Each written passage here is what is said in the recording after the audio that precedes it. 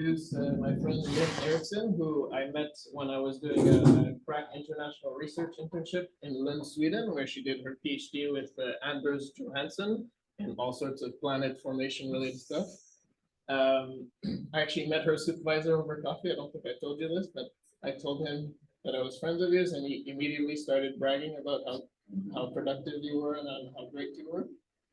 Now Linn is a postdoctoral fellow at IACS, the Institute for Advanced Computational Sciences at Stony Brook University in New York. And Linda and I bonded because I found the one other person who is maybe as picky as me with eating food, so we got along great. Anyway, so take it away. Thanks, Stefan.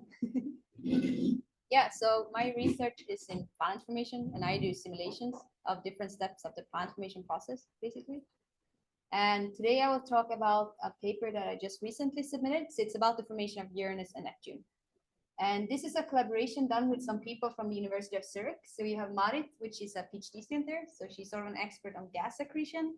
Then we have Shaw, who's a postdoc, who's an expert on planetesimal accretion. And then Ravi Talad is the group leader. So it's been a really nice collaboration because we're sort of all experts in all little different fields of planet formation.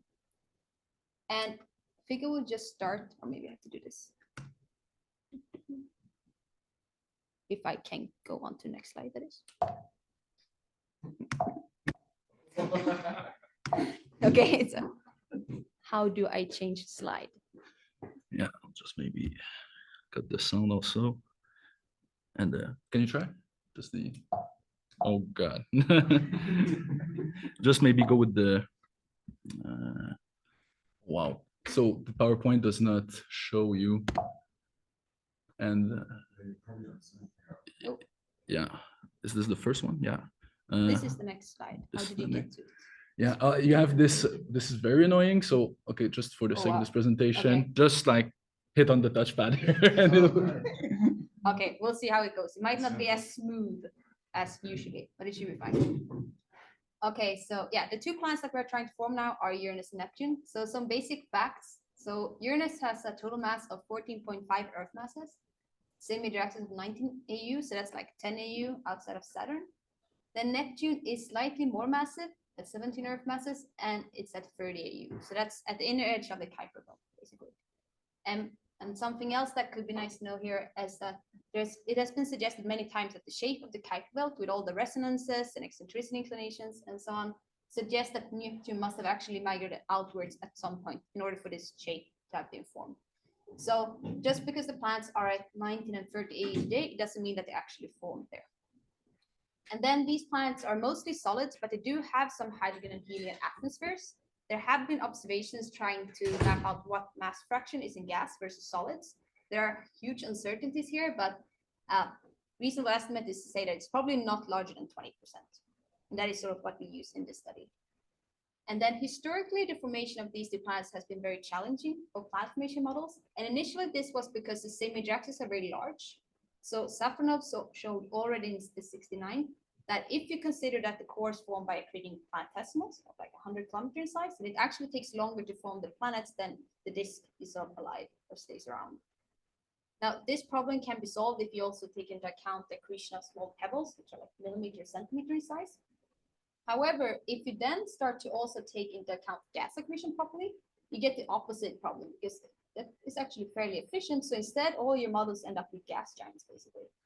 And the way that they solve this quite often in models is that they just remove the gas disk at the time when you have Uranus and Neptune. This is called a fine-tuning problem. You just have to find exactly the right lifetime of the disk that gives you what you want. And another issue, which is maybe not discussed so much, is that the solid accretion rate, both for pebbles and planetesimals, is less efficient the further away you are from the star. So then that brings forth the question of why is Neptune more massive than Uranus? It should actually be the other way around. So that we also need to explain. And if you assume that you have your initial planetary embryo, your little seed, then the main accretion processes are likely pebble, gas, and planetesimal accretion. And there have been many studies previously for these two planets, but they typically do not consider all three processes. And they also do not consider their formation together. So maybe they say that, okay, first we try to form Uranus, these are the parameters you need for your disk, and then we do the same thing for Neptune. But they do not try to do it in the same disk at the same time. That is what we're trying to do in this way. So let's see. Oh yeah, look. Oh yeah, so that's what we're trying to do here. So this is a concurrent formation of Uranus and Neptune. And what I mean here with concurrent is that we form them at the same time in the same disk. And we also take into account that if, for example, some pebbles are accreted onto the outer planet, we remove those pebbles from the flux towards the inner planet. And I also want to point out that this is a parameter study, so we do not try to find exactly the parameters that give us Uranus and Neptune, but we try a huge amount of parameters that are reasonable and see when does it work, when does it not work, and so on. Okay, so this is the outline of the talk. So since most of you do not work with planet formation, I will start with just some general planet formation 101, so to say, and also introduce our different models for the accretion processes. Then I will show some example simulations of growth tracks, and then our results from in situ formation, and also when we vary the formation locations, and then finishing with some uncertainties and conclusions. So first of all, so here's just one slide of planet formation overview. It's from protostars and planet 7. So the process takes place in protoplanetary disk. Here you have sort of your mandatory HL tau picture that needs to be in every planet formation talk nowadays. And the process starts with a tiny micron-sized dust grain. They collide, stick together, and grow to form roughly millimeter and centimeter sized pebbles. Now, when the pebbles become this big, then collisions tend to lead to fragmentation rather than sticking. So then growth stops. And at this point, the pebbles also start to radially drift through the disk. So they are basically growing up, leaving their location and going towards the star. And this process is very fast. So unless you can somehow either trap your pebbles, or you can turn them into large objects that do not longer drift, you're going to lose all your solid mass. And the way you form planetesimals, which is sort of the next object here on the scale, is that basically if you gather enough pebbles in the same region of the disk, you can gravitationally collapse them directly to form roughly 100 kilometer sized planetesimals.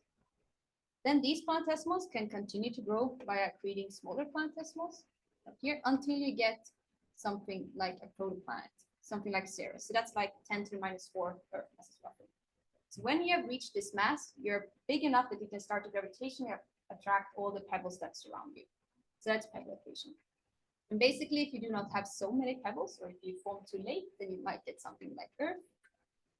And if you manage to accrete enough pebbles that you get maybe say 5, 10 Earth masses or something, you can also start to accrete a nearby gas. And then it's the same thing. If there's not so much gas available, or if you form too late, you maybe get something like Neptune. And if there's a lot, you can get a gas giant. And at this point, when the planets are massive, you can also start to interact with the disk and sort of migrate through it, open gaps and so on. Now, there are obviously some things missing here, but these are sort of the main features.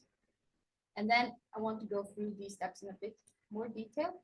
Okay, now they click it. Okay. So first of all, protoplanetary disk. So we know that they're mostly gas with a small fraction of solids. We do not know exactly what that fraction is, so people typically assume that you have like 1%.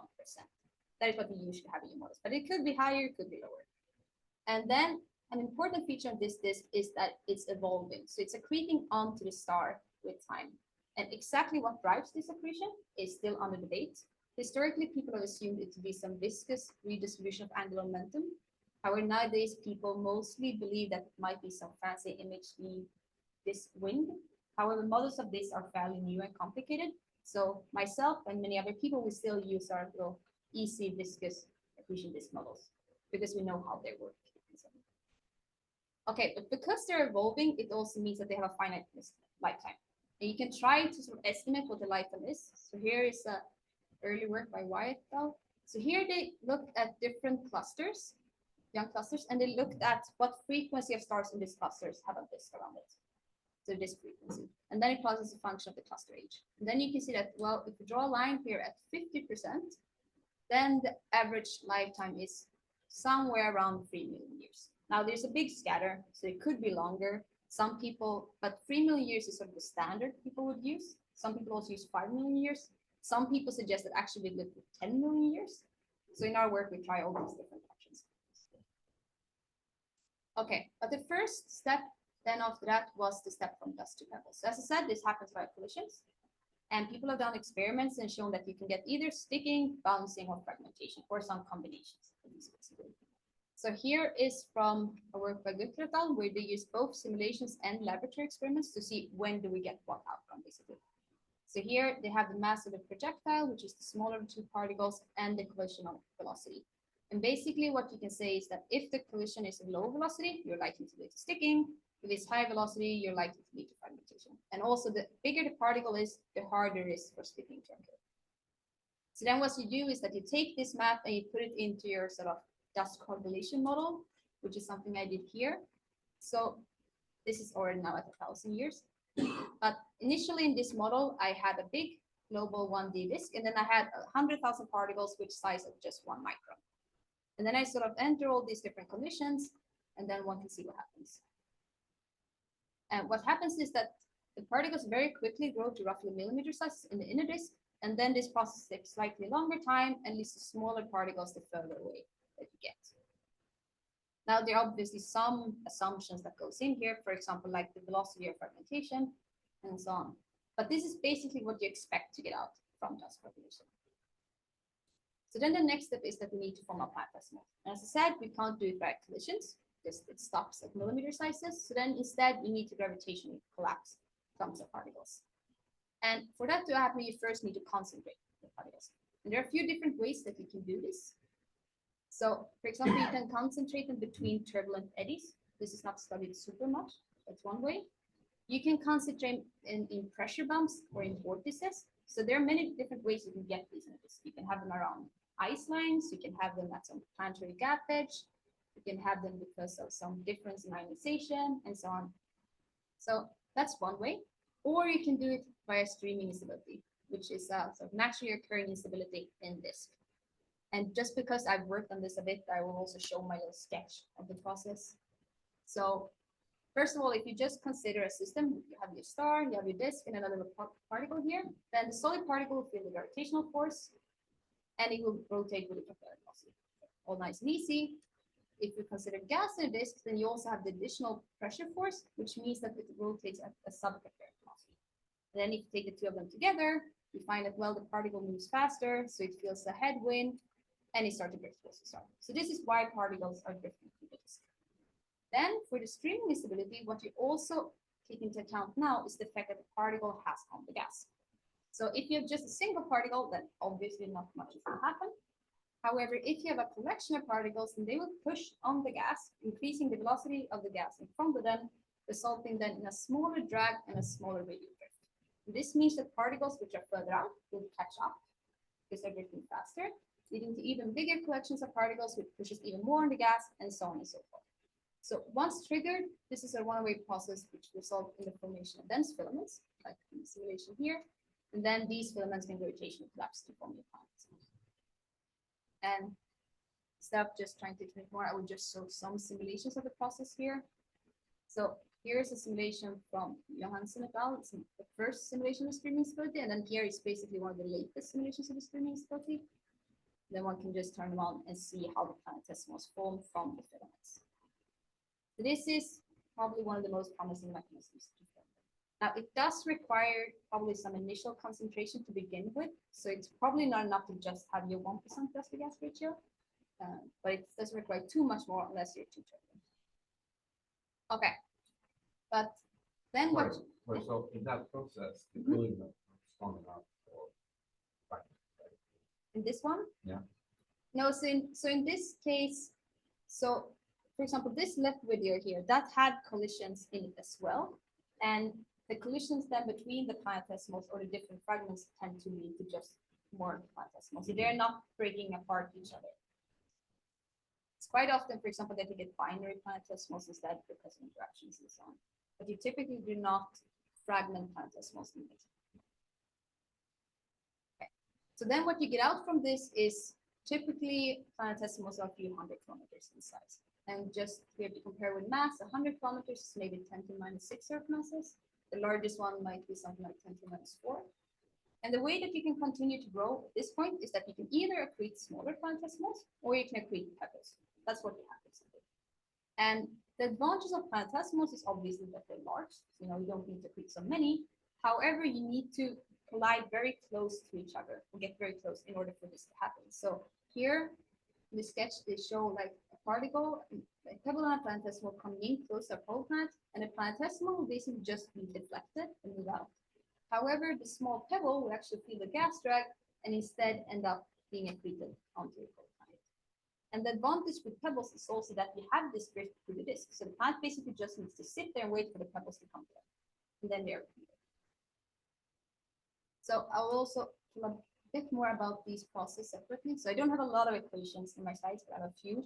So here's the equation that describes the pebble accretion rate. There's a lot of things going into this. There's an accretion radius, some density of pebbles, some approach velocity, and then some Bessel functions and stuff like that. But instead of looking at that, you can look at these plots here. So here, Vladimir Lyra has plotted the pebble accretion rate as a function of planetary mass at 3 different semi-major axes. And he even has a fancy like distribution of sizes in this case here. But basically what you see is that when the planetary mass is very low, like 10 to the minus 6, then pebble accretion is super inefficient. However, then as you increase the mass, you get more and more pebble accretion. So the accretion rate of pebbles increases with the planetary mass. You can also see that when we move from 10 AU down to 25 and 40, the accretion efficiency lowers. So the further away you are from the star, the harder it is to accrete pebbles. And the most important parameters that determines the pebble accretion efficiency is the pebble flux, which determines the density of pebbles, the Stokes number, which you can think of as a proxy for the particle size, and also the disk turbulence. So basically, if your disk is very turbulent, you have a very thick particle layers, and then you can imagine that the pebbles will not actually collide with the planet, but they will go above or below. So, and in my work, I use 2 different models for the pebble flux and Stokes number. I use a sort of naive constant model, where I just say that the Stokes number is constant. With time, it will say major axis, and the pebble flux is just basically following the flow of gas through the disk times the mechanism. Now, this is quite common in the literature. However, if you remember the dust coagulation simulations, you can also tell that this is a pretty bad approximation because particles obviously they start small, they go big, and then they drift and so on. So we also use what I call an evolving model. We'll use the pebble predictor code by Jana Droskowska. It's a semi-analytical code, which then evolves the dust population and then gives us the Stokes number and pebble flux as a function of both time and symmetry. This is a really easy code to use. It's open source. It's in a Jupyter notebook.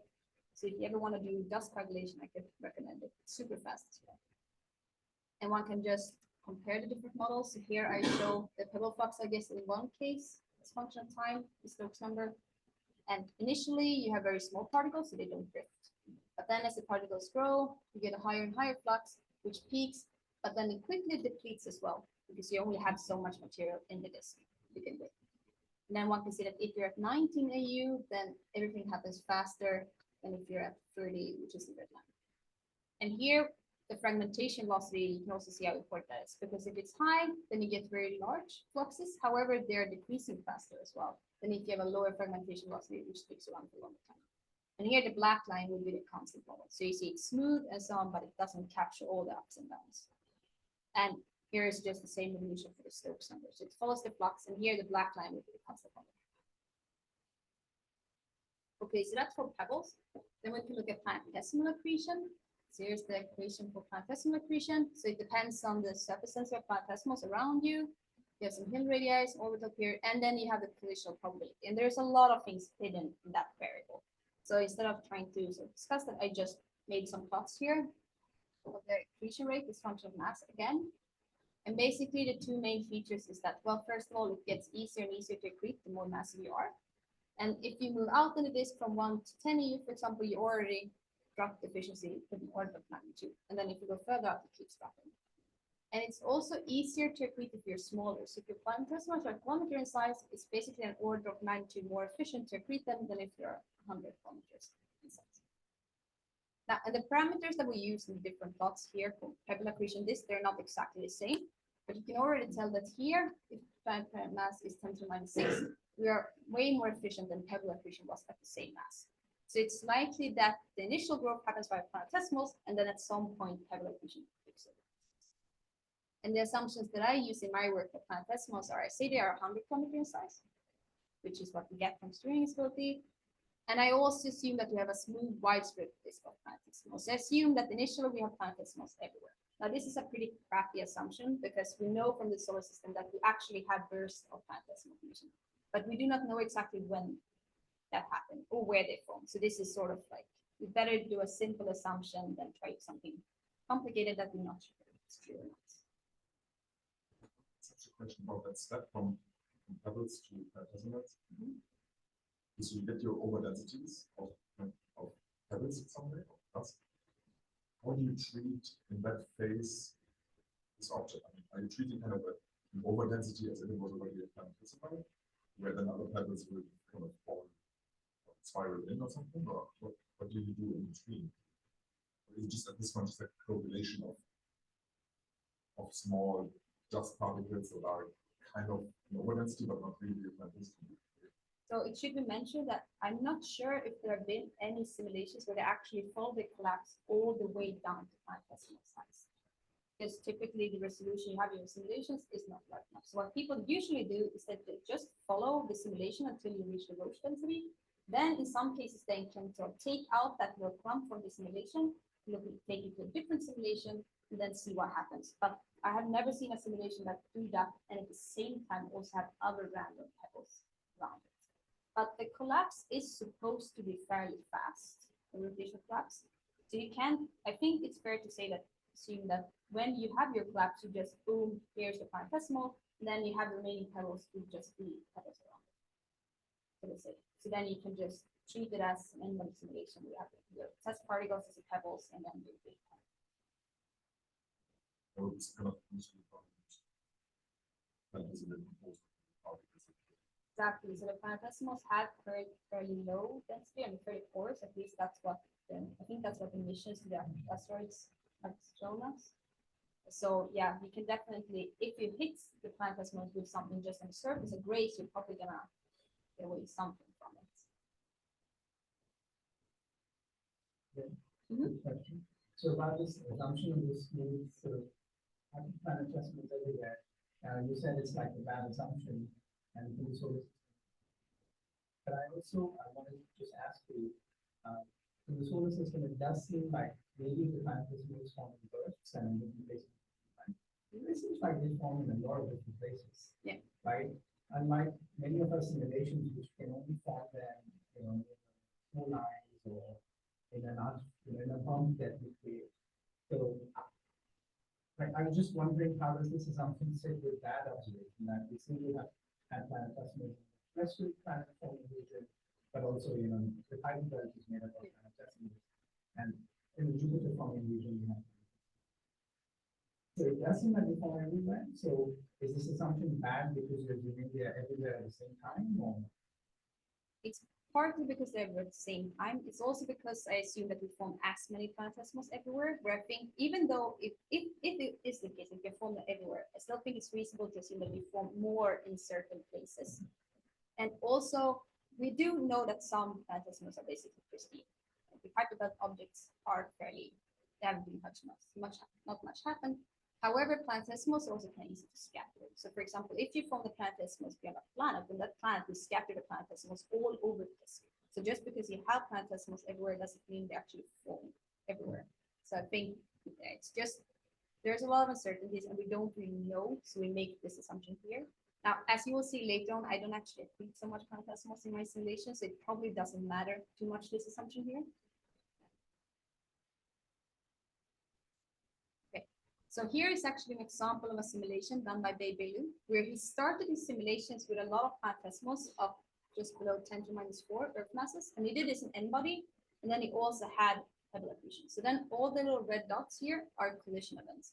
And then one can actually see that initially most growth happens via planetesimal collisions, but then already at like 10 to minus 3, 10 to minus 2 Earth masses up here, you can see that it's basically no red dots. So basically all growth is 5 pebbles.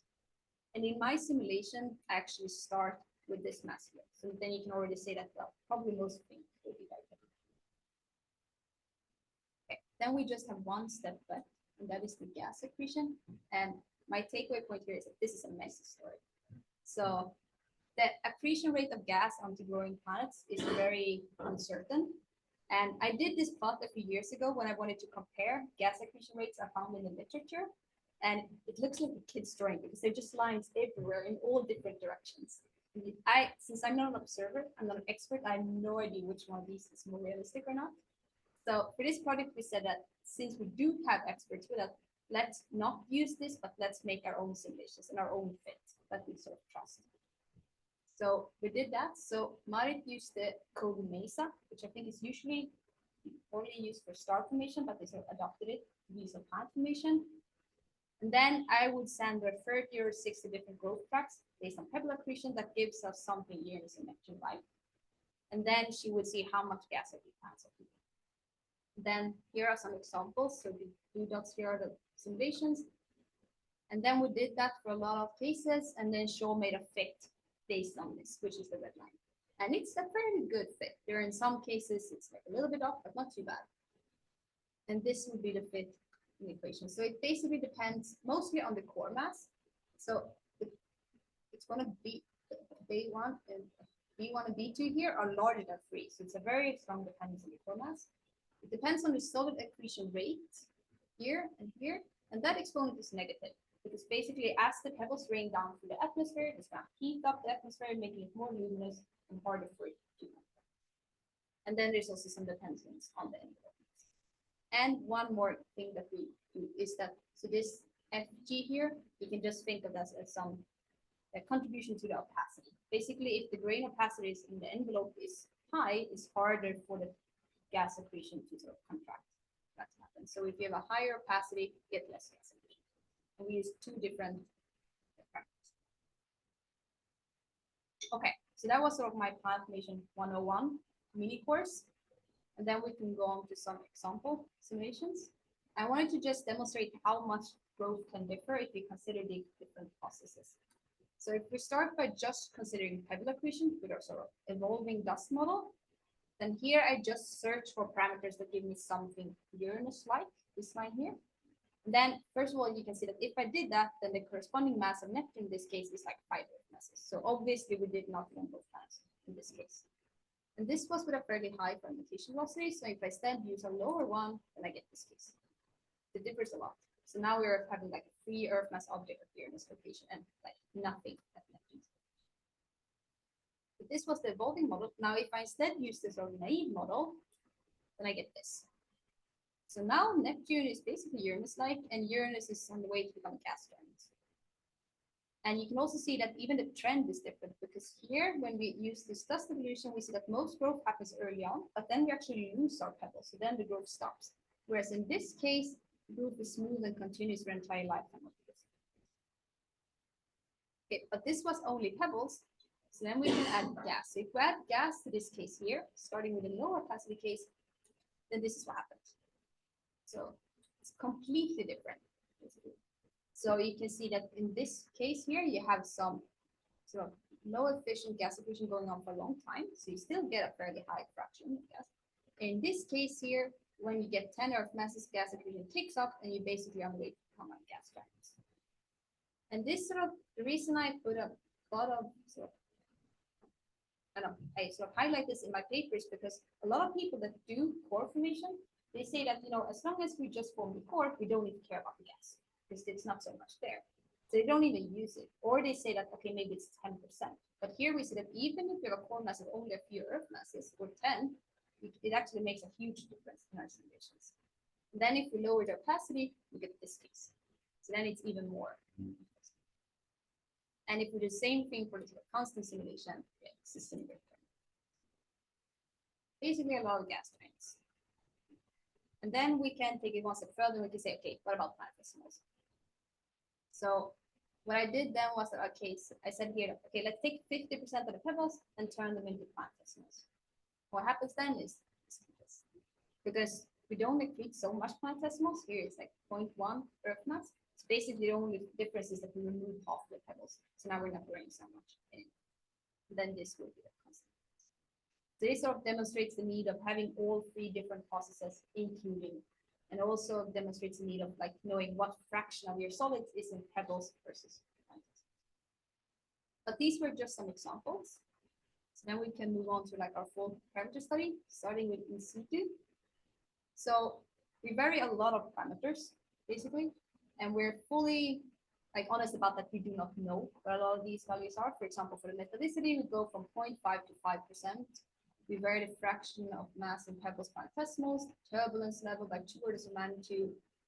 This would be the disk mass, basically, when the embryos form, when the disk like disappears. and so on. And if you do all these parameter combinations, you find that for the constant model, we have around 500,000 simulations and slightly less for the evolving model. But the reason we can do this is because everything is now 1D. So even if I do this, it just takes a few hours on a single core, which is really nice. But what's ST then? Sorry, ST is the Stokes number, it's a proxy for the particle size. So in this case, the larger the Stokes number, the larger the particle. Okay, so then if we look at the results from in situ simulations, so here on the x-axis you have the total mass for the inner planet, which is what Uranus in this case, and then you have the total mass of the Neptune. The two left panels are for the constant model, and then you have the evolving model. And the little asterisk here, that's the current mass of Uranus and Neptune. And well, the first of all thing you can see is that we're nowhere even near forming them. And this is assuming that both of the embryos formed at the same time with the same mass. And then we have different fractions of mass in planetesimals and equals. And the main issue, as you can see, is that even though we do manage to form Uranus in some cases, like here maybe, the corresponding mass for Neptune is way too low. And it gets worse if we consider the sort of more realistic evolving model than if we do the constant. Okay, so obviously we cannot form them in this way. Then we can, oh yeah, first I wanted to show you the full data as well. So here I just zoomed in on this little region. I took the yellow points and I show you all the data sets, because all I showed you here was the simulations where the gas fraction is less than 20%, because everything else I just flow rate. So here I show you the full data with the helium hydrogen mass fractions. And you can see that, you know, before there are 5 Earth masses, then the gas fractions are fairly low. However, already at 5 to 10 Earth masses, they start to be large. And all these little X's here, there are simulations where the gas fraction became higher than 50%. So those planets would all become gas giants, basically, from the simulation. Okay. But then we had this assumption that we see that they formed at the same time on the same mass. And by the way, I think that might be a charger.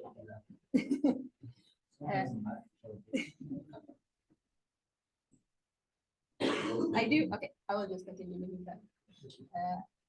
Yeah, so we can remove this assumption because even though it's fairly reasonable to assume that they formed at the same time, plant formation is very stochastic. So it could very well be that one embryo formed earlier or more massive than the other one.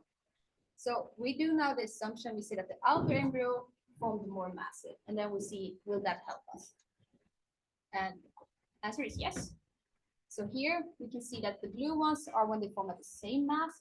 The red one is when the outer one is 10 times more massive and then 100 times more massive. And in the constant model, you can see that if it's 10 times more massive, then we can actually form them. So we're good. However, if they're 100 times more massive, then we're actually becoming too massive.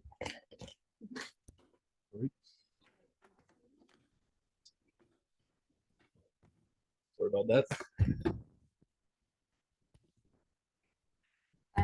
However, in the evolving model, you can see that we're still not really there. We are closer. For example, if you can imagine a giant impact onto this one, we would sort of be able to form them. So looks like it's not completely possible, but it's not very likely. I'm not sure if it's charging or not. Is it? So they put it there and stable is not then it's true.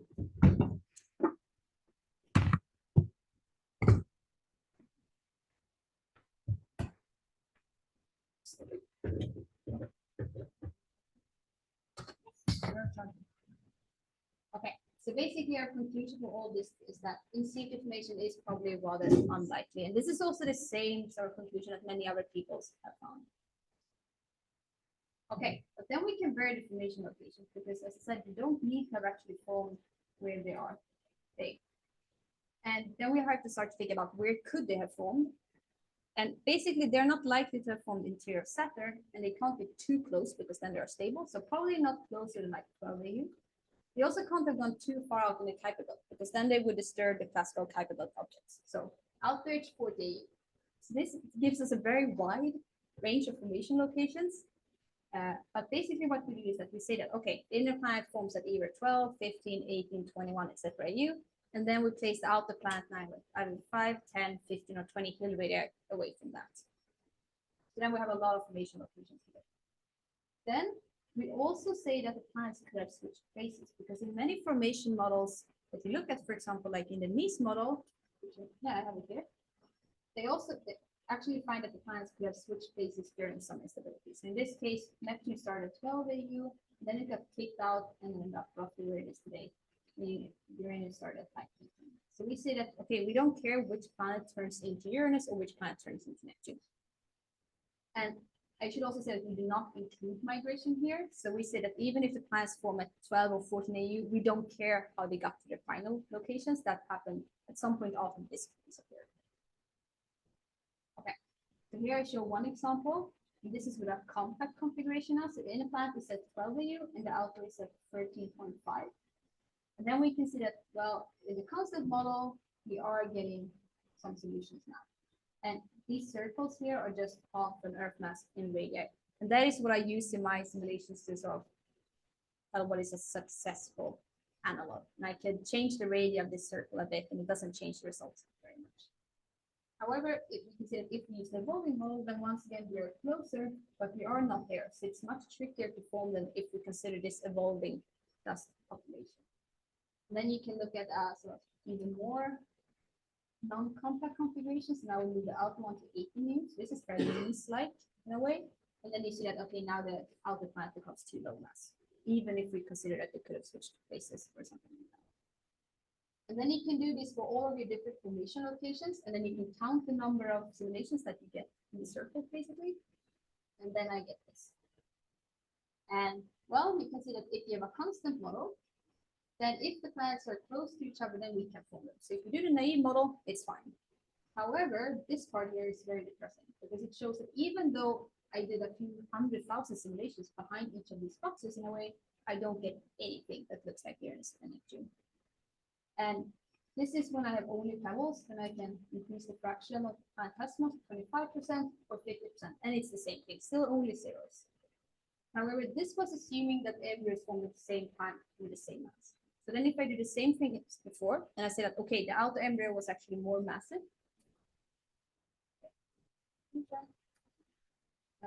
then this is what we get. So things changes a little bit now. Now you can see that for the first time, we do have some numbers here. They're still extremely small. But on the other hand, we only need to form the planets once. So we're a bit happy when we saw this at least. And here you have like one number. And here you can't even form your constant number at once. So basically, our conclusion was, yeah, if the out embryo forms earlier and or more massive, yes, we can sort of form them. However, it's very unlikely. And in all these cases, the disks were fairly rich in metal, so it had at least a dust gas ratio of 3%. And the lifetime could only be 3 million years because it was longer than that. Then you have this slow gas accretion that continues for a long time and eventually gives you too much gas. So this was sort of our results. And there are obviously some things that we did not include, which I want to point out. So first of all, and obvious is the migration part. We did not include planetary migration. And during the disk lifetime, it's likely that it had some migration. And typically, people would assume there's a classical type 1 migration that you probably heard about at some point.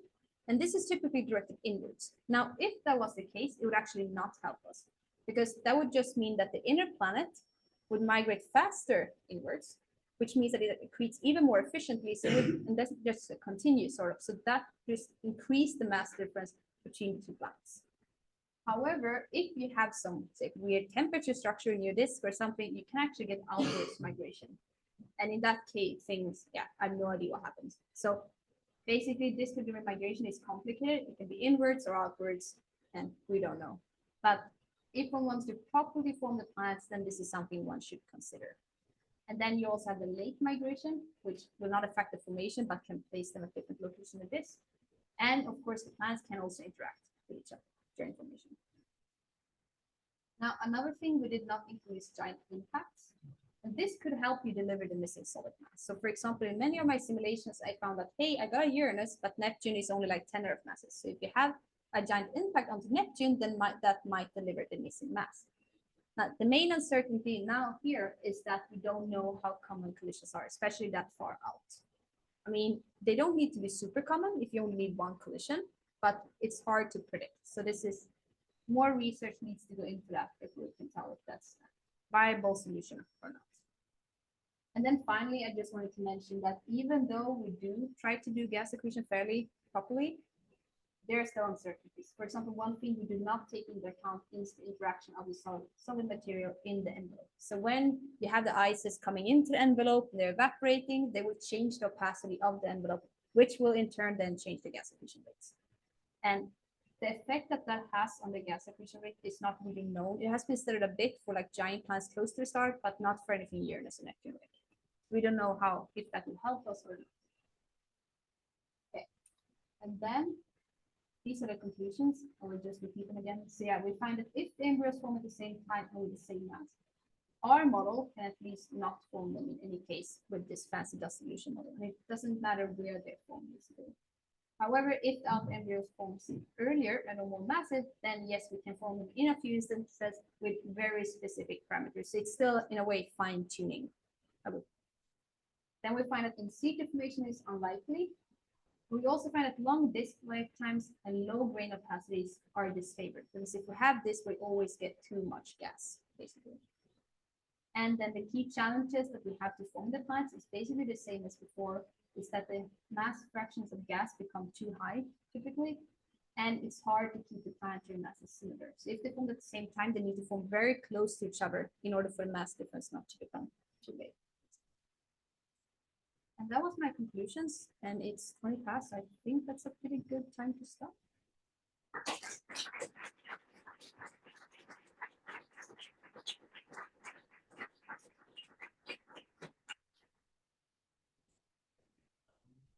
Any questions? You want us first? Yeah, it's very interesting how this is such a challenge with Uranus and Neptune. Has been for decades. So if, for example, the Rubin space telescope finds that these kinds of planets are very, very common for other stars, would this be a surprise for you, or would this be what you would expect? I guess from the, at least from the models, we wouldn't really expect it, because it would be quite difficult to explain. But I guess, can this inform you somehow in the way you do it? Because I guess you start with 100,000 orbits. And really only the outliers at best will form Uranus and Neptune. So Neptune and Uranus mass planets are quite common in observations, although we obviously haven't found many that far out, Right. because so it's hard to say if it will be as tricky after is they're closer to the star. It's generally easier to form planets closer to the star. However, then you also need to form them later so you don't get too much gas. I would say that if you found that Uranus and Neptune mass planets are similar or common in other systems, then we probably need to look into our models, because then that either means that gas accretion is probably not as efficient as we think. There are already people suggesting that runaway gas accretion shouldn't be a thing, because then there should be a clear math. Like then if we look at our exoplanets, we should find a clear gap in masses between like something that's 50% gas fraction, and then it should just shoot up. But we don't really see that. So it could be that gas accretion is just not that efficient. It could also be that the planets form slightly later, so that it's really hard to get to the point where you can actually accrete gas before this dissipates. And in that case, if the solar accretion is slower or it formed later, then that could maybe explain why the planets are more common. But in the solar system, it's tricky. I see models actually suggest many more small planets. Yeah. That's massive planets. Yeah. Yeah, I mean, so we haven't done any statistics in a way for these models. We haven't tried to say, based on these conditions, what are the planet types that you should get most commonly. But generally, it should be easier to get small planets than large planets. However, people who have done n-body simulations have also shown that quite often, if you start a system with a number of planets, and quite a lot of those are actually kicked out when the disk disappears, because then the planets start to interact and there are some collisions and scattering events going on. So it's not clear how many of those would actually remain in the system at the end. Yeah, I see that you that the project meeting. And you were saying that we thought maybe the past Uranus and Neptune have and that they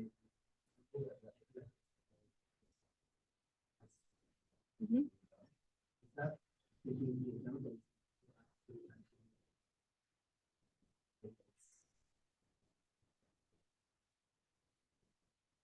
So in this work, it's not taken into account, obviously, because we don't care. We only keep them at the places where they form, and we don't do any n-body here, so we can't get like resonance effects or something like that. I mean, the Nice model, which is one of Morbidelli's models, for example, you do have that there are planets are in resonance. You also have some models of the solar system formation where you put all the giant planets in some resonance, and then when this dissipates, the resonance breaks and they're kicked around and end up where they are today. I'm not sure. Yeah, don't know like how to explain the tilt. Maybe that's one way. I know some people suggested that kind of a giant impact on Uranus that could actually explain the tilt. Now that would not help us here because we want the giant impact to be onto Neptune. But yeah, I'm sure that could be one way. But yeah, those models are quite specific. Usually they run tons of models and then they found one model in that solar system, like so to say. So it's hard to say how likely they are to have happened.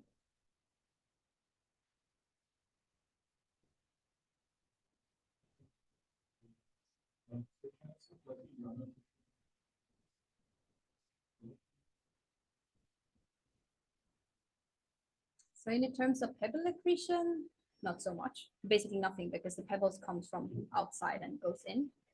The gas accretion, probably the same.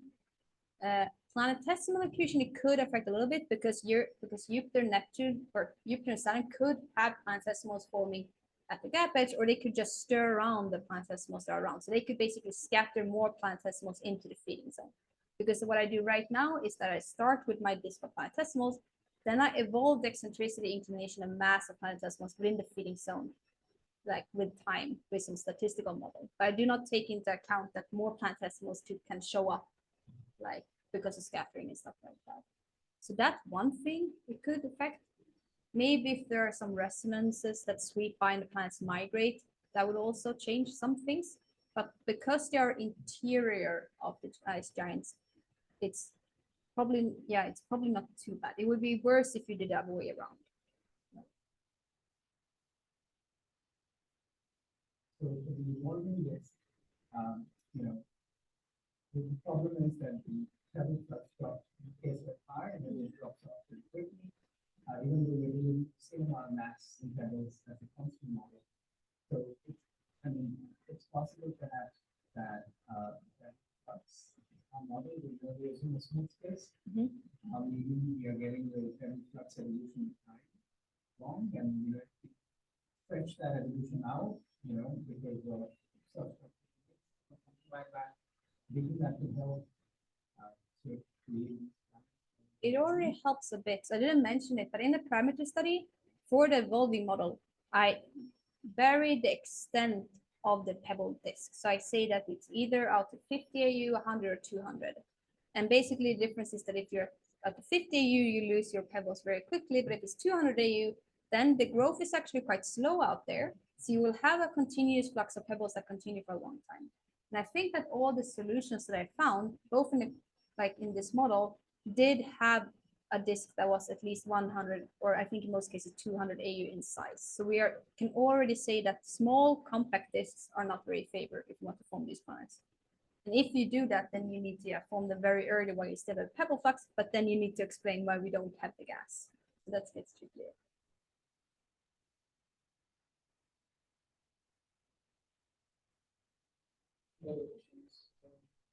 Yeah.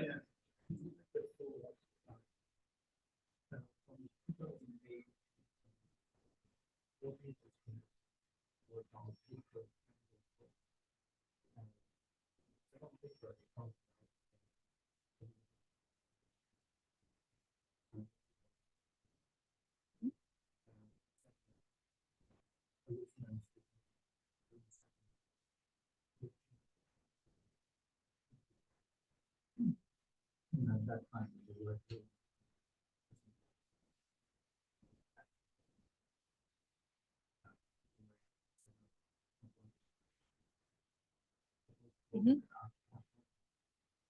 So that kind of integration. Yeah. Yes. So that would not affect the formation of the planets in a sense, but they would put them at their final locations. So for example, one paper by Ms. Warren et al. 2015, did some embody simulations, and they came to the conclusion that Neptune must have been interior of 25 AU and then done some slow outward migration. And they needed it to do that in order to explain the distribution of inclination and eccentricities in the Kuiper belt. I'm not sure if anyone has sort of come up with another theory that can prove it in another way after that. But yeah, it's likely that the planets did form closer to the star, which in a way helps us.